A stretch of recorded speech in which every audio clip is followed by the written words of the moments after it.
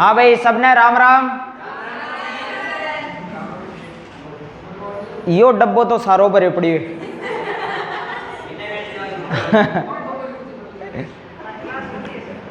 हाँ तो देखो, हाँ आज अपने जो टॉपिक स्टार्ट कर रहे हैं वो है नोबेल पुरस्कार। ठीक है, नोबेल पुरस्कार की हम बात कर रहे हैं। तो देखो, नोबेल पुरस्कार की अगर हम बात करें तो ये 2022 के हम नोबेल पुरस्कार इसमें विशेष रूप से देखेंगे। लेकिन नोबेल प्राइज जो है, जो विश्व के सबसे बड़े प्राइज के अंदर, अवार्ड के अंदर इसको गिना जाता है। ठीक है, पुरस्कारों में गिना जाता है। अब देख लेते हैं। देखो, नोबेल पुरस्कार में सबसे पहली बात तो हमको किसके बारे में जानना जरूरी है? अल्फ्रेड नोबेल के बारे में जानना जरूरी है। देखो, 1900 के अंदर साथ साथ समझते रहना है और ये नोट करते रहना है। नोबेल पुरस्कार की अगर हम बात करें, 1900 के अंदर नोबेल एसोसिएशन की स्थापना होती है। नोबेल एसोसिएशन की स्थापना कब होती है? 1900 के अंदर। 1900 के अंदर नोबेल एसोसिएशन की स्थापना होती है। एक बात तो ये निकल के आती है। फिर एक और बात कि ये जो नोबेल पुरस्कार है, नोबेल पुरस्कार की शुरुआत कब होती है? 1901 में।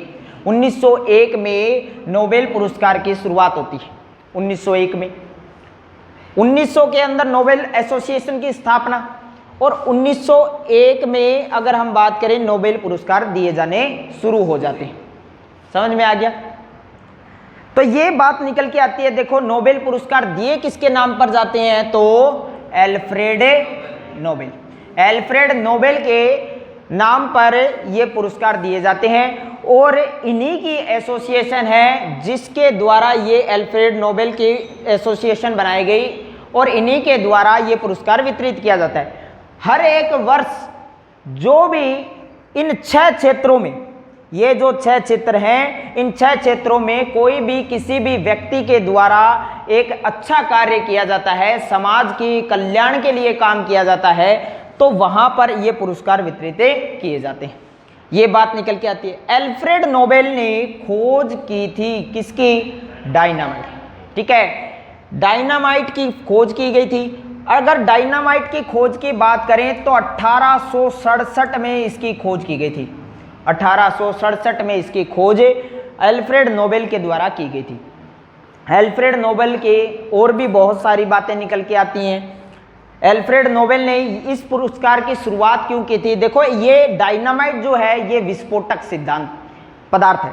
ठीक है, विस्फोटक पदार्थ है अपने आप में, और जितने भी बम वगैरह बनते हैं उनके अंदर बारूद के रूप में डायनामाइट का उपयोग भी किया जाता है। यहां पर नाइट्रोग्लिसरीन नाम का एक पदार्थ है, इनकी कंपनी में बनाया जाता था। उसी से इन्होंने एक प्रयोग किया और उससे फिर बना डायनामाइट। लेकिन इसके कारण हजारों लोग मारे भी जाते हैं। समझ में आ गया? विस्फोटक एक पदार्थ है ये, जिसके कारण हजारों लोग मारे जा सकते हैं। तो इनको मौत का सौदागर कहा जाने लगा। तो इसी वजह से इनके दिमाग में एक बात आई कि मेरे पास आज अगर इतनी संपत्ति हो गई है तो मेरे को लोग भविष्य में मौत का सौदागर के नाम से ना जाने। तो इसके लिए मैं कुछ ऐसा काम करूं जिससे लोग मुझे अच्छे कामों के लिए जाने। तो अच्छे कामों के लिए जाने, तो इनके द्वारा देखो डायनामाइट तो बनाया गया, और भी बहुत सारी चीजें बनाई गई। डायनामाइट का रियल में सही उपयोग कब पता लगा? जब इन्होंने बताया कि डायनामाइट का उपयोग कहीं पर निर्माण कार्य में किया जाए। जैसे कि अगर पहाड़ आ गया तो पहाड़ में अंदर सुरंग बनानी है तो वहां पर डायनामाइट रख दिया जाए, तो रखने पर अंदर की तरफ वहां पर छेद हो जाएगा विस्फोट के कारण, और वहां से फिर हम सुरंग बना सकते हैं, सड़क बना सकते हैं। समझ में आ गया? इस तरीके से इन्होंने बहुत सारी चीजें बनाई, अलग अलग मशीन भी बनाए, अलग अलग केमिकल भी बनाए। इनके नाम से लगभग अगर मैं बात करूं तो 355 पेटेंट हैं। पेटेंट इनके नाम से 355 पेटेंट है। इनकी मृत्यु की बात करें तो इनकी मृत्यु जो हुई थी वो 10 दिसंबर 1896 में इनकी मृत्यु हुई थी। और इसी वजह से 10 दिसंबर को प्रत्येक वर्ष नोबेल प्राइज दिया जाता है इनकी पुण्यतिथि पर। इन्होंने ये बात भी पहले ही अपनी वसीयत में लिख दी थी, ताकि जो मेरे आने वाले जो आगे के जो भी वंशज रहेंगे वो क्या करें कि इस 10 दिसंबर को पूरे विश्व में मेरे नाम से क्या दिया जाए, एक पुरस्कार दिया जाए अच्छे लोगों को, अच्छे कार्य करने वाले लोगों को। 6 क्षेत्रों में देखो यहाँ पर बात निकल के आती है, लेकिन शुरुआत में कितने क्षेत्रों में दिया जाता था? 5 क्षेत्रों में दिया जाता था। बाद में और किस में स्टार्ट कर दिया? अर्थशास्त्र। ठीक है, इसकी भी चर्चा हम बाद में करेंगे। आगे करते हैं, देखो बोलिए।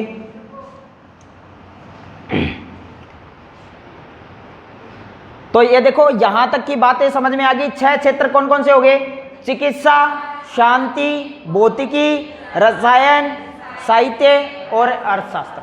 ठीक है, चिकित्सा के क्षेत्र में शांति के, भौतिक के और रसायन और साहित्य और अर्थशास्त्र, ये विशेष रूप से बात निकल के आ जाती है। मृत्यु कब हुई अल्फ्रेड नोबेल की? 10 दिसंबर 1896 में। और इनके द्वारा डायनामाइट की खोज की गई थी, और डायनामाइट की खोज कब की गई? 1867 में। ठीक है, और नोबेल एसोसिएशन की स्थापना कब होती है? 1900 में, इनकी वसीयत के अनुसार। और फिर 1901 में नोबेल पुरस्कार का पहला जो पुरस्कार दिया गया, कब दिया गया? 1901 में। ये बात भी निकल के आती है। आगे हम बात करते हैं, देखो फिर देखो एक और बात निकल के आती है कि 1968 में, 1968 तक केवल 5 क्षेत्रों में नोबेल वितरण किया जाता था। फिर 1968 के बाद में अर्थशास्त्र के क्षेत्र में भी नोबेल पुरस्कार वितरण किया जाने लगा। यानी 1968 में एक और क्षेत्र इसमें शामिल हो जाता है, 6ठा क्षेत्र अर्थशास्त्र के क्षेत्र में। ठीक है, इकोनॉमी के क्षेत्र में पहला जो भारतीय नोबेल विजेता अगर पूछ लिया जाता है बहुत बार, तो रविंद्रनाथ टैगोर। ठीक है, जिनको नोबेल प्राइज दिया गया 1913 में। समझ में आ गया क्या? फिर अगर हम बात करें किस पुस्तक के लिए? गीतांजलि पुस्तक के लिए।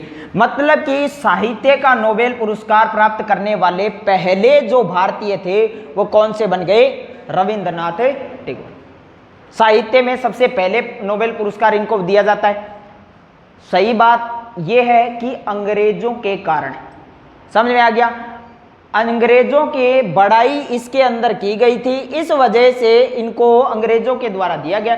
नहीं तो महात्मा गांधी को पुरस्कार भी दिया जाने था, लेकिन हर बार उनका नामांकन किया जाता था, नॉमिनेशन किया जाता था, यानी घोषणा हो जाती थी कि महात्मा गांधी को दिया जाएगा, लेकिन कुछ अंग्रेज उसमें बोलते थे नहीं, इस व्यक्ति को नहीं देना। ठीक है, तो इस तरीके से चीजें निकल के आती हैं। आगे देखो, पहला भारतीय जिसको भौतिकी में नोबेल पुरस्कार दिया गया, सीवी रमन। ठीक है, सीवी रमन को चंद्रशेखर वेंकट रमन इनका पूरा नाम है, सीवी रमन को दिया गया 1930 में। ठीक है, और इनके द्वारा स्पेक्ट्रम, विशेष रूप से स्पेक्ट्रम की खोज की गई इनके द्वारा। कौन सा? ये अर्थशास्त्र। अर्थशास्त्र का मतलब हो गया इकोनॉमी। समझ में आ गई? ठीक है, अब देखो अर्थशास्त्र के क्षेत्र में नोबेल पुरस्कार वितरण किया जाने लगा 1968 के बाद में। पहला भारतीय नोबेल विजेता जो है वो रविंद्रनाथ टैगोर, और गीतांजलि पुस्तक के लिए और साहित्य का नोबेल इनको दिया जाता है 1913 के अंदर। 1930 में सीवी रमन को दिया जाता है, और अगर हम बात करें स्पेक्ट्रम की, इनके द्वारा खोज की गई। ठीक है, इनके साथ में एक और व्यक्ति थे, कृष्ण रामाचार्य। कृष्ण रामाचार्य इनके स्टूडेंट थे, जिन्होंने इसके अंदर सहयोग भी किया था। ठीक है, तो ये बात भी निकल के आ जाती है कहीं न कहीं, लेकिन वो हाई लेवल में अपने यूपीपीएस की जो एग्जाम है उसके लिए इंपॉर्टेंट है। सीवी रमन, यहाँ तक की बातें निकल के आती है। देखो 1930 में स्पेक्ट्रम की खोज के लिए इनको भौतिकी का नोबेल पुरस्कार मिला, और पहले ऐसे भारतीय बने जिनको भौतिकी में नोबेल पुरस्कार दिया गया, यानी विज्ञान के क्षेत्र के अंदर पुरस्कार दिया जाता है, पहले भारतीय बन जाते हैं। नोट कर लिया सभी ने? तो ये बात निकल के आ जाती है 1968। और यहां पर एक बात और यहां पर हम नोट कर लेते हैं, नोट करके एक बात और लिखो, 1976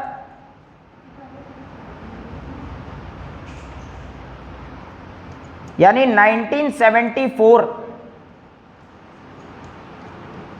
में 1974 से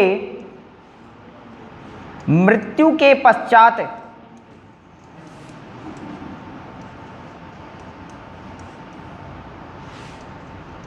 नोबेल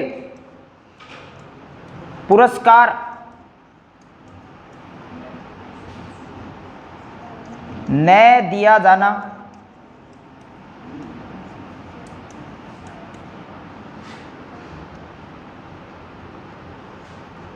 शामिल किया गया, शामिल किया गया। मतलब कि क्या बात निकल के आती है कि मृत्यु के पश्चात 1974 से पहले जो जिस व्यक्ति की मृत्यु हो गई ना, तो और उसने कोई अच्छा काम किया है, तो मृत्यु के पश्चात भी उसको नोबेल पुरस्कार दिया जाता था। लेकिन 1974 में ये घोषणा कर दी गई कि मृत्यु के पश्चात किसी भी व्यक्ति को क्या नहीं दिया जाएगा, नोबेल पुरस्कार नहीं दिया जाएगा, यानी जीवित व्यक्ति को दिया जाएगा। समझ में आ गया क्या? ये बात भी निकल के आ जाती है।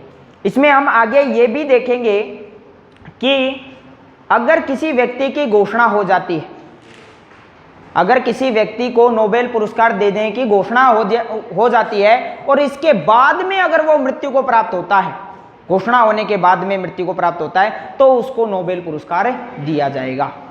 ठीक है, ये एक चीज अलग से निकल के आती है। ये बात नोट कर ली क्या? तो देखो 1968 में से पहले 5 क्षेत्र, बाद में क्या ऐड हो जाता है, अर्थशास्त्र। फिर हम बात करते हैं कि पहला भारतीय जो नोबेल विजेता बना, रविंद्रनाथ टैगोर। कौन से क्षेत्र में? साहित्य के क्षेत्र में। फिर हम बात करते हैं पहले भारतीय जिनको भौतिकी के क्षेत्र में मिला, सीवी रमन, चंद्रशेखर वेंकट रमन। कब मिला? 1930। ठीक है, फिर एक और बात निकल के आती है कि 1974 में मृत्यु के पश्चात नोबेल पुरस्कार नहीं दिया जाएगा। इस बात को भी इसमें शामिल कर लिया गया। आगे हम बात करते हैं,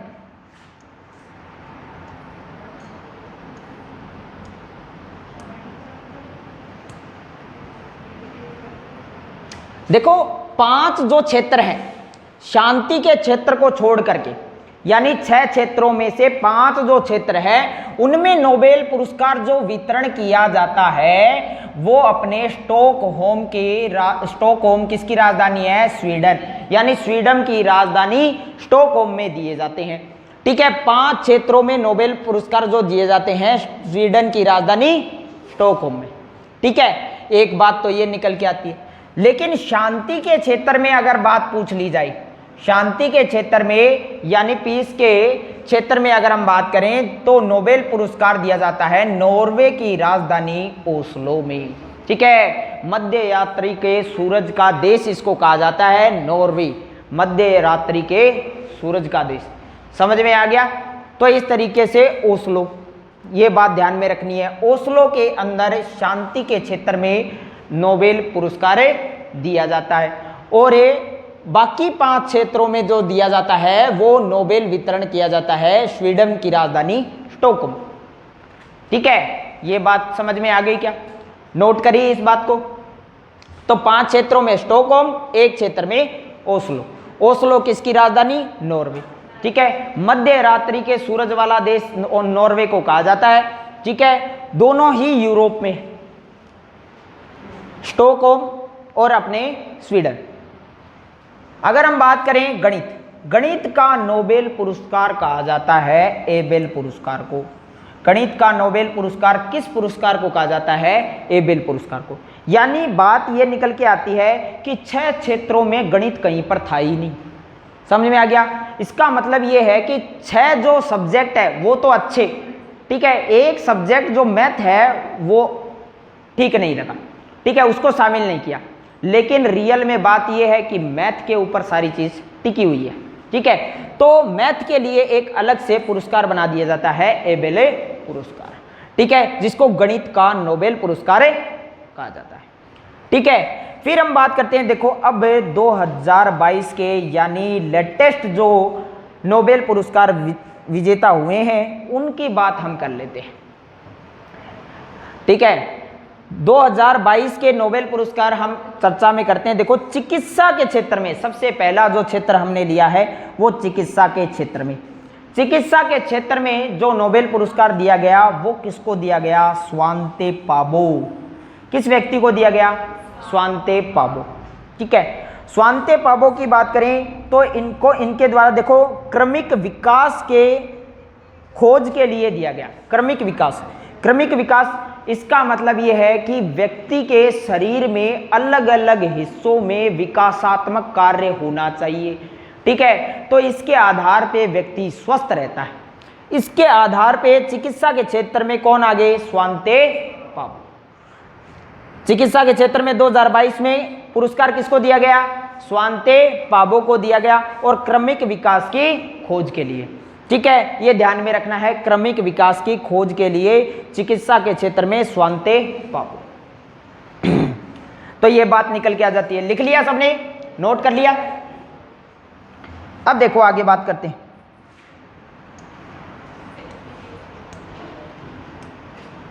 अब देखो अर्थशास्त्र के क्षेत्र में नोबेल पुरस्कार की बात कर लेते हैं। अर्थशास्त्र के क्षेत्र में नोबेल पुरस्कार 2022 में जो दिया गया डगलस डायमंड को, बेन बर्नार्ड, फिलिप डायबिक। ठीक है, और डायबिक को दिया गया, देखो Douglas, Diamond, Ben Bernard, Philip.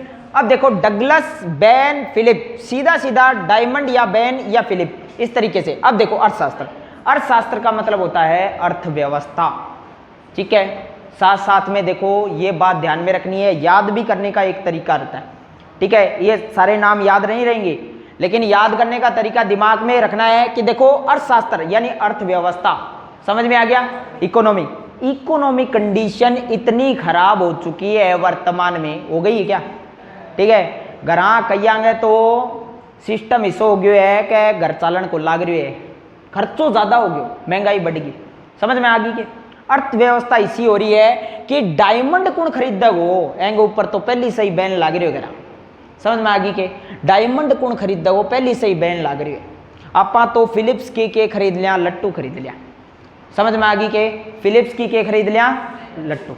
ठीक है, बल्ब खरीद लिया, बस इतना खरीद सका, डायमंड को कोई मतलब को नहीं, अपने घर भी ही बैन लाग रही है, समझ में आ गई के।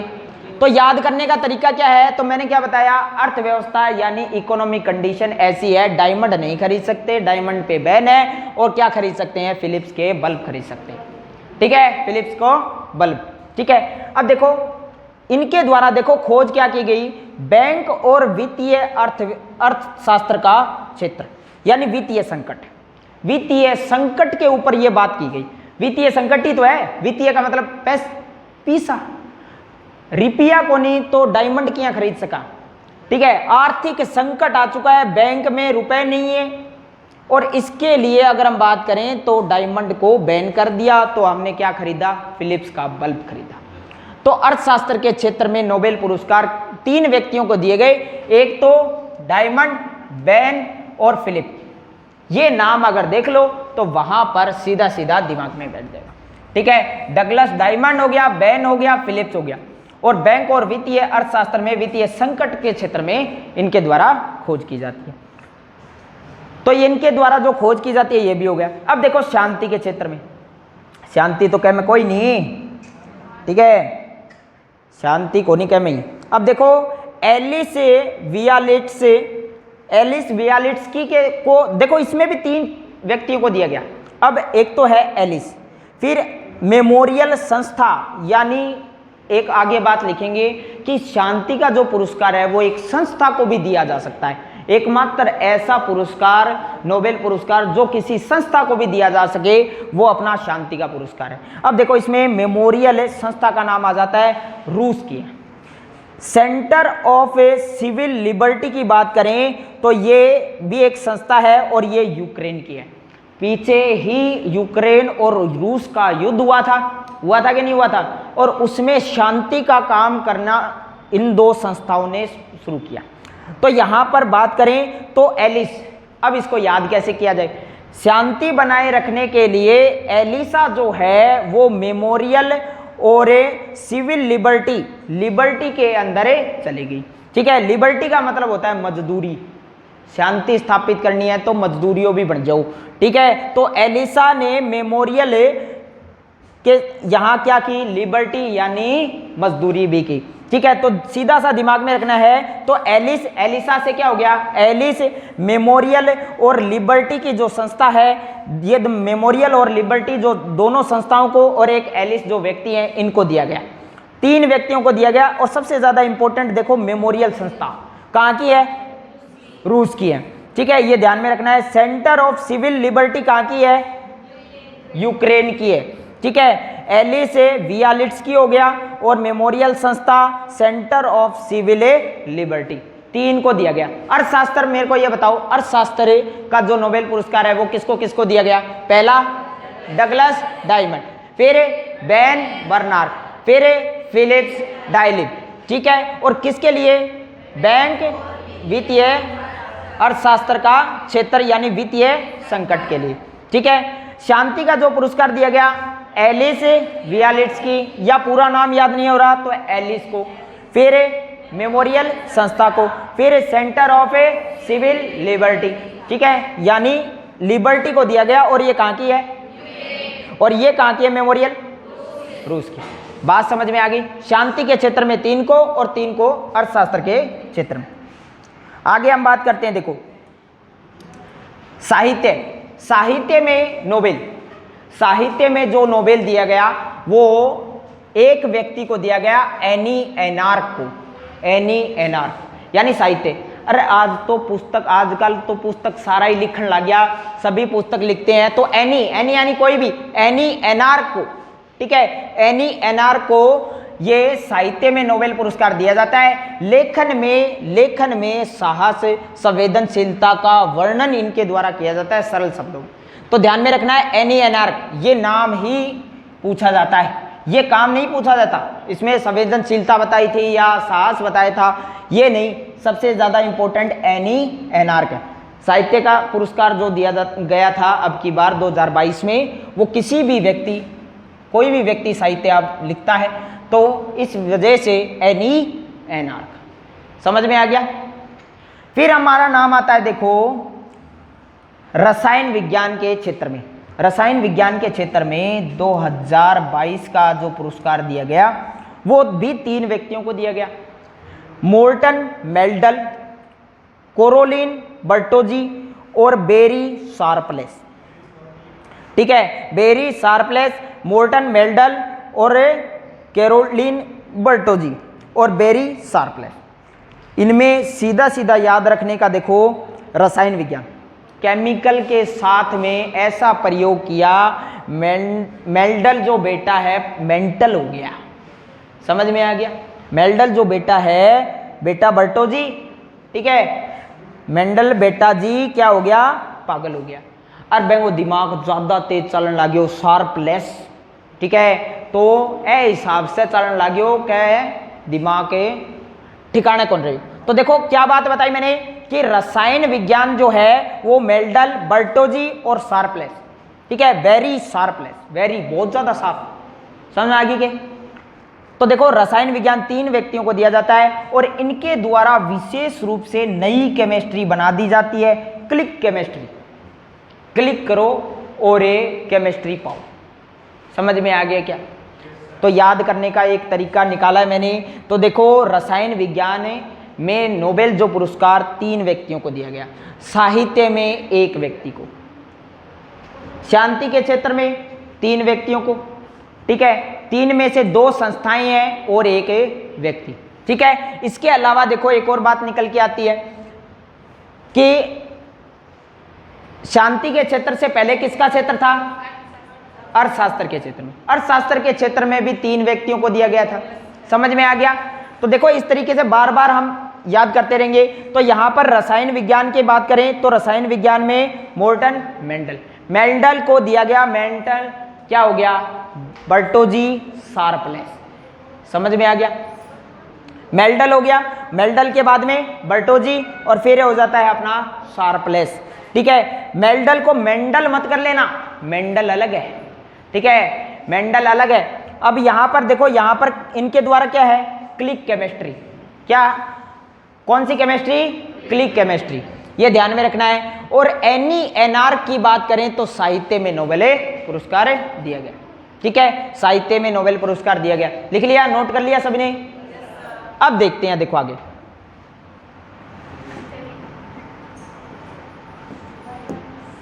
छठा जो क्षेत्र है वो है भौतिकी का नोबेल पुरस्कार। भौतिकी के नोबेल पुरस्कार की अगर हम बात करें तो देखो, ये भी 3 व्यक्तियों को दिया गया, एंटन एलियन और जॉन क्लोजर। ठीक है, एंटन एलियन और जॉन क्लोजर। देखो यहां पर मैंने ट्रिक भी लिख रखी है इसके। एंटन एक एलियन था, जॉन के पास में गया, बिल्कुल पास का मतलब हो गया क्लोज। ठीक है, आया, और किसके लिए, भौतिकी पढ़ने के लिए। ठीक है, तो भौतिकी पढ़ने के लिए एंटन एलियन ने जॉन के पास में आया, पास में मतलब क्लोज आया। समझ में आ गया, तो एंटन एलियन जॉन के पास में आया, पास में यानी क्लोज आया। एंटन एलियन जॉन के पास में आया यानी क्लोज आया। तो ये किसको पढ़ने, भौतिकी को पढ़ने के लिए आता है। और इनके द्वारा एक नई चीजें, नई खोज बना दी जाती है, क्वांटम मैकेनिक्स।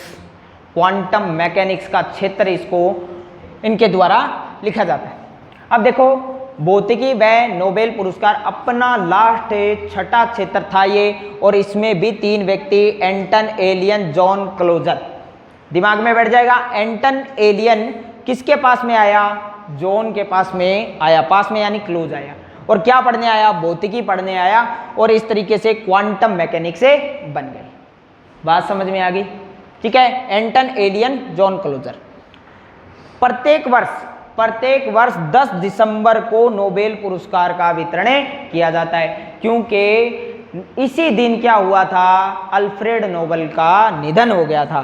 ठीक है, विश्व मताधिकार दिवस इस दिन बनाया जाता है। ठीक है, इस दिन हम कौन सा दिवस मनाते हैं, विश्व मानवाधिकार दिवस बनाया जाता है। ठीक है, मताधिकार बोल गया क्या। ठीक है, अब देखो यहां पर 10 दिसंबर, और मृत्यु कब हुई थी उनकी,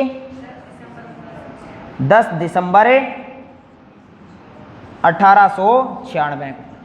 10 दिसंबर 1896 को इनकी डेथ होती है, मृत्यु होती है। और विश्व मानवाधिकार दिवस 10 दिसंबर को प्रत्येक वर्ष मनाया जाता है। इसके अलावा 10 दिसंबर को नोबेल पुरस्कार का वितरण किया जाता है। ठीक है, अब देखो यहां पर भौतिकी का नोबेल जो पुरस्कार है, इसमें विशेष रूप से 3 व्यक्तियों को ये दिया जाता है। मैंने पहले ही बता दिया, एंटन एलियन जॉन क्लोजर। ठीक है, जॉन क्लोजर। एंटन एलियन किसके पास में आए, जॉन क्लोजर। ठीक है, जॉन के क्लोज आए, फिर क्या पढ़ने आए, भौतिकी पढ़ने आए, और भौतिकी से क्या निकला, क्वांटम मैकेनिक्स। बात समझ में आ गई इतनी। फिर प्रत्येक वर्ष 10 दिसंबर को नोबेल पुरस्कार का वितरण किया जाता है। ठीक है, प्रत्येक वर्ष में क्या किया जाता है, 10 दिसंबर को नोबेल पुरस्कार का वितरण किया जाता है। 10 दिसंबर 1896 में अल्फ्रेड नोबेल की क्या हुई थी, अल्फ्रेड नोबेल का निधन हो गया था, मृत्यु।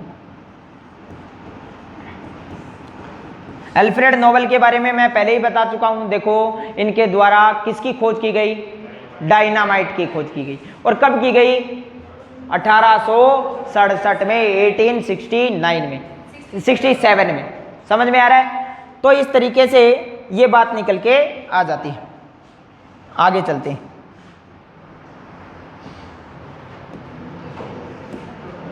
अब देखो, नोबेल पुरस्कार अधिकतम कितने व्यक्तियों को दिया जा सकता है, 3 व्यक्तियों को दिया जा सकता है।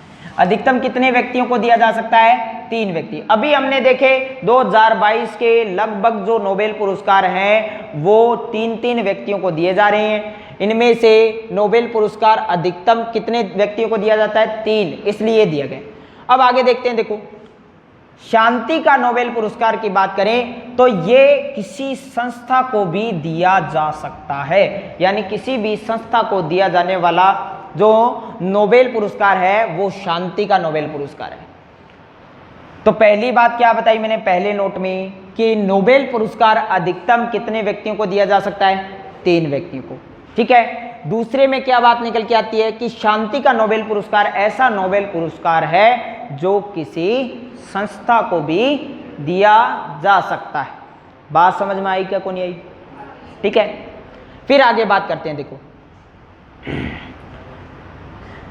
दूसरा नोट क्या कहता है, अर्थशास्त्र के नोबेल को स्वेटजी, देखो स्वेटजी रिस्क बैंक पुरस्कार भी कहा जाता है, क्योंकि इसी के द्वारा ही ये जोर लगाया गया था, ये कहा गया था कि अर्थशास्त्र भी एक अच्छा सब्जेक्ट है, जिसके कारण ये अर्थशास्त्र या इकोनॉमी अर्थव्यवस्था के कारण एक देश जो है वो अपने आप में गतिशील या विकासशील बनता है। तो ये भी बड़ा इंपॉर्टेंट है। तो इसके द्वारा ये इसकी शुरुआत होती है, तो स्वेटजी रिस्क बैंक पुरस्कार भी कहा जाता है। तो ये आया हुआ क्वेश्चन है कि स्वेटजी रिस्क बैंक पुरस्कार किस नोबेल को कहा जाता है? तो अर्थशास्त्र को कहा जाता है, ठीक है। एक बात ये भी निकल के आती है। दूसरा नोट अपना कंप्लीट हो जाता है।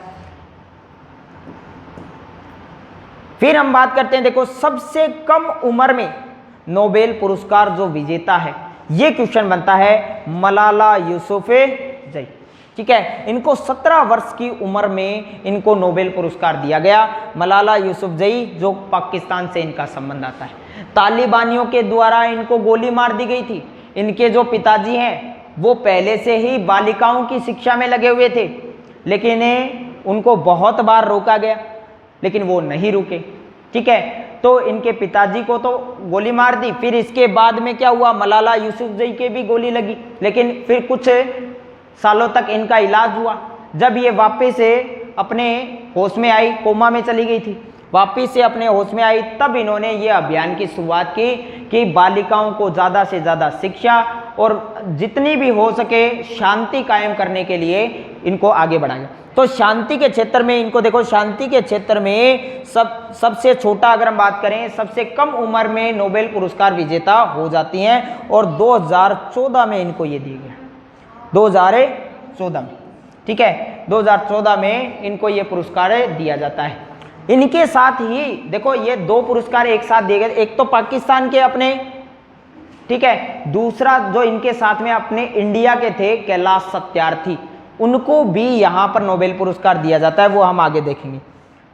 आगे देखो एक और क्वेश्चन निकल के आता है, सबसे अधिक उम्र में नोबेल पुरस्कार विजेता की बात करें तो जॉन बी गुड इनफ की बात करें तो 97 वर्ष की उम्र में इनको नोबेल पुरस्कार दिया गया। इनको 2019 में रसायन विज्ञान के क्षेत्र में, 2019 में रसायन विज्ञान के क्षेत्र में इनको ये पुरस्कार दिया गया। तो बात निकल के आती है सबसे कम उम्र के, तो कौन हो गया, मलाला यूसुफजई, ठीक है। और कितनी उम्र में, 17 वर्ष की उम्र में, ठीक है। और कब दिया गया, 2014 में दिया गया। समझ में आ गया, कहाँ की है ये, पाकिस्तान की, ठीक है। पाकिस्तान तो अशांति हुआ है, ठीक है, लेकिन भट्टों के हिसाबों शांति बनाने की कोशिश करी है, तो सबसे बड़ी बात है। समझ में आ गया क्या, सबसे बड़ी बात है अपने आप में। तो शांति के क्षेत्र में इनको पुरस्कार दिया गया। अब देखो सबसे अधिक उम्र में अगर नोबेल पुरस्कार विजेता अगर बात करें तो जॉन बी गुड इनफ, ठीक है। एन तो पहली से ही वेरी गुड कहने की जरूरत को नहीं, नाम ही गुड है, ठीक है। तो गुड इनफ कि ज्यादा ही गुड हो गया, तो ये क्या हो गया, 97 वर्ष की उम्र में इनको दिया गया। और कौन से क्षेत्र में, रसायन विज्ञान के क्षेत्र में 2019 में दिया जाता है, ठीक है। ये बात निकल के आती है। तो अधिकतम कितने व्यक्तियों को दिया जा सकता है, 3 को। शांति का नोबेल पुरस्कार किसको दिया जा सकता है, संस्था को भी दिया जा सकता है। और किस पुरस्कार को या किस नोबेल पुरस्कार को स्वेटजी रिस्क बैंक पुरस्कार भी कहा जाता है, तो अर्थशास्त्र, किसको कहा जाता है, अर्थशास्त्र के नोबेल को कहा जाता है। फिर इसके बाद में मैंने बताया, देखो सबसे कम उम्र की किसको मिल गया, मलाला यूसुफजई, और सबसे अधिक उम्र का जॉन बी गुड इनफ। अगर हम बात करें तो इनको किस क्षेत्र में दिया गया, रसायन विज्ञान, और इनको कौन से क्षेत्र में, शांति के क्षेत्र में दिया जाता है। तो ये बात निकल के आ जाती है।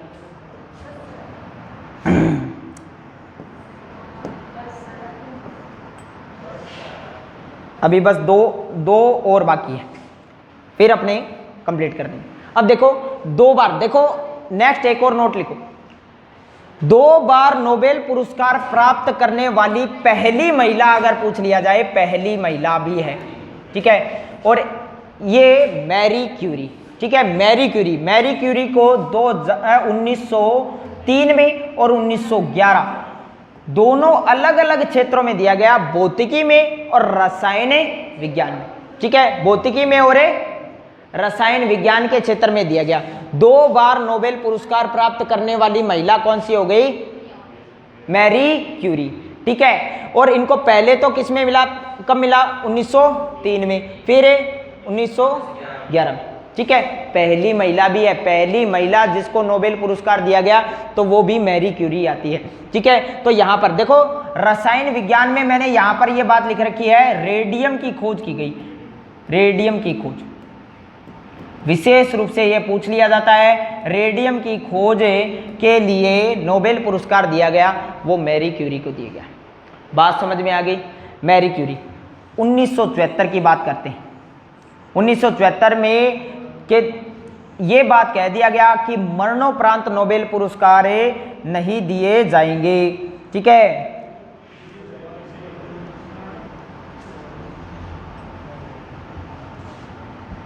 देखो मरणोपरांत, अब ये मरणोपरांत कैसे होगा, देखो मैं बताता हूं तुमको, नहीं दिए जाएंगे।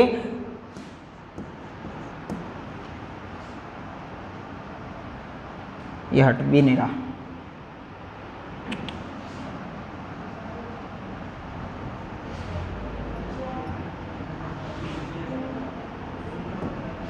अब देखो नहीं दिए जाएंगे। और यहां पर भी एक और बात निकल के आती है कि ये अगर घोषणा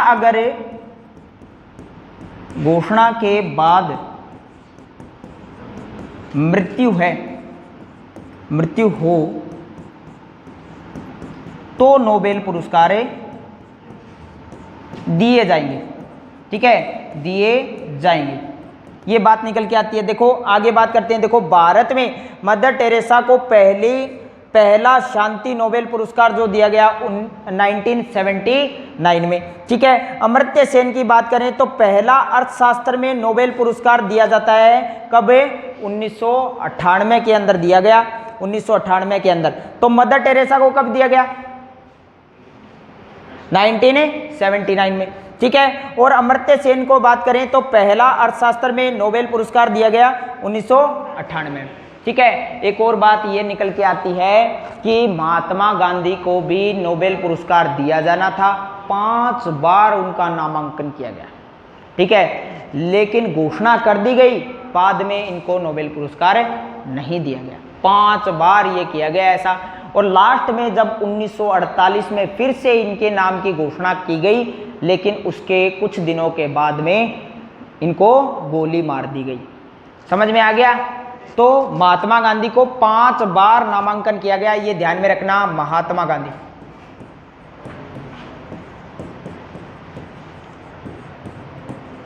को 5 बार नोबेल पुरस्कार के लिए नामांकन, ठीक है, नामांकन किया गया, लेकिन इनको नोबेल पुरस्कार नहीं दिया गया, ठीक है।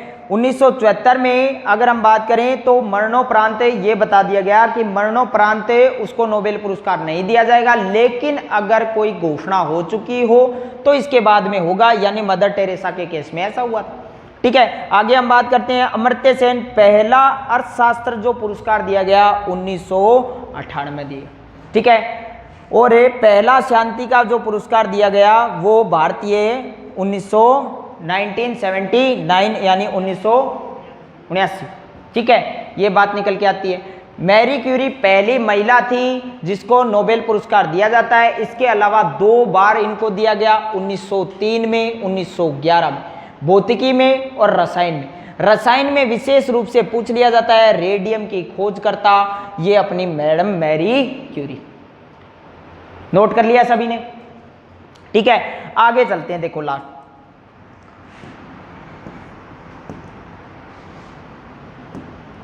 अब देखो नाम आता है, देखो कैलाश सत्यार्थी का।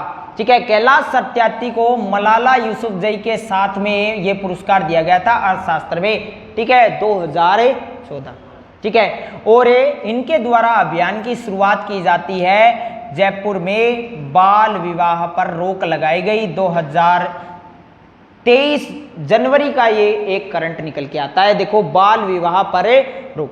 इसके अलावा देखो, बेटी बचाओ बेटी पढ़ाओ अभियान की भी शुरुआत किसके द्वारा की जाती है? कैलाश सत्यार्थी के द्वारा। समझ में आ रहा है? ठीक है, तो 2014 के अंदर अर्थशास्त्र का जो पुरस्कार है वो किसको दिया जाता है? कैलाश सत्यार्थी। इसके अलावा देखो, यहाँ पर एक और नाम आता है अभिजीत बनर्जी। अभिजीत बनर्जी को अर्थशास्त्र के क्षेत्र में, देखो पहला जो अर्थशास्त्र का पुरस्कार दिया गया वो किसको दिया गया? अमर्त्य सेन। किसको दिया गया? अमर्त्य सेन। पहला अर्थशास्त्र अमर्त्य सेन। फिर इसके बाद में किसको दिया जा रहा है? देखो, कैलाश सत्यार्थी। ठीक है, अमर्त्य सेन को कब दिया गया? 1998 में। कब दिया गया? 1998 में। और फिर 2014 में किसको मिल जाता है? कैलाश सत्यार्थी। ठीक है, फिर अभिजीत बनर्जी को दिया जाता है 2019 में। कब दिया जाए?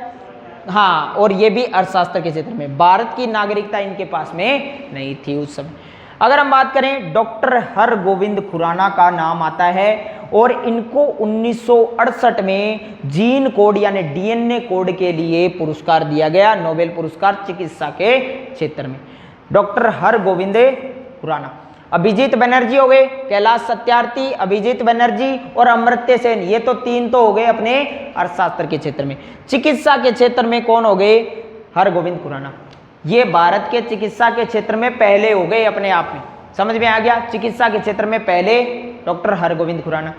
अगर पूछ लिया जाए साहित्य के क्षेत्र में, रविंद्रनाथ टैगोर। अगर पूछ लिया जाए भौतिकी के क्षेत्र में, सीवी रमन। कौन है? सीवी रमन। ठीक है, और अर्थशास्त्र में कौन हो गए? अमर्त्य सेन। शांति के क्षेत्र में मदर टेरेसा। समझ में आ गया? शांति के क्षेत्र में मदर टेरेसा।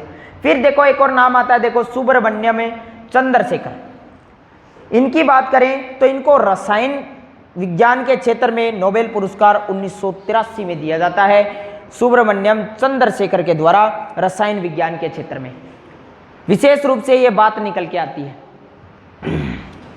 बात समझ में आ गई क्या? अब देखो, कुछ ऐसे नोबेल पुरस्कार भी होते हैं, जैसे कि एक साइंटिस्ट हैं सेंगर। सेंगर को 2 बार नोबेल पुरस्कार दिया गया। सेंगर नाम के वैज्ञानिक का नाम बहुत बार आता है। इंसुलिन के खोज करता है ये अपने आप में। ठीक है, इंसुलिन के ऊपर खोज करने वाले या इंसुलिन पर प्रयोग करने वाले जो विशेष रूप से सेंगर का नाम आता है। ठीक है, ध्यान में रखना है सेंगर। तो हरगोविंद खुराना हो गया और सुब्रमण्यम चंद्रशेखर 1983 में रसायन विज्ञान के क्षेत्र में। सबसे पहले रसायन विज्ञान के क्षेत्र में मिलने वाला देखो सुब्रमण्यम चंद्रशेखर। चिकित्सा के क्षेत्र में डॉक्टर हरगोविंद खुराना। अर्थशास्त्र के क्षेत्र में हमने देख लिया पहला अमर्त्य सेन। शांति के क्षेत्र में कौन है? Mother Teresa. ठीक है, और अगर साहित्य के क्षेत्र में बात कर ली जाए तो रविंद्रनाथ टैगोर। और भौतिकी के क्षेत्र में सीवी रमन। बात समझ में आ गई? तो ये सारे अपने नोबेल पुरस्कार से संबंधित जानकारी कंप्लीट हो जाती है। बात समझ में आ गई? इसको घर पे आराम से याद करके आना है। सभी ने ये क्लास ली है और अच्छे से अब नोबेल पुरस्कार में कहीं पर कोई कमी नहीं आनी चाहिए। 2022 के वर्तमान के जो क्वेश्चन है वो हमने कंप्लीट कर लिए।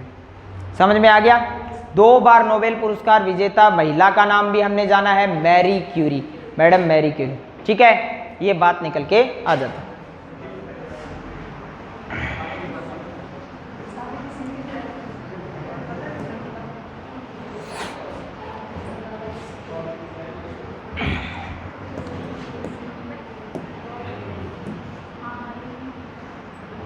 तो यहाँ तक आज अपने क्लास की समाप्ति करते हैं। ठीक है, फिर आगे फिर नया सिस्टम लेते हैं। अब की बार हम क्या पढ़ेंगे? DRDO पढ़ेंगे। क्या पढ़ेंगे? DRDO। DRDO में मिसाइलों के बारे में हमको पढ़ना है। अलग अलग जो भी वेपन्स, जो भी हथियार जो हमारे देश में बनाए जा रहे हैं DRDO के द्वारा, और DRDO के क्या क्या मिशन है उनको हम जान लेंगे। समझ में आ गया?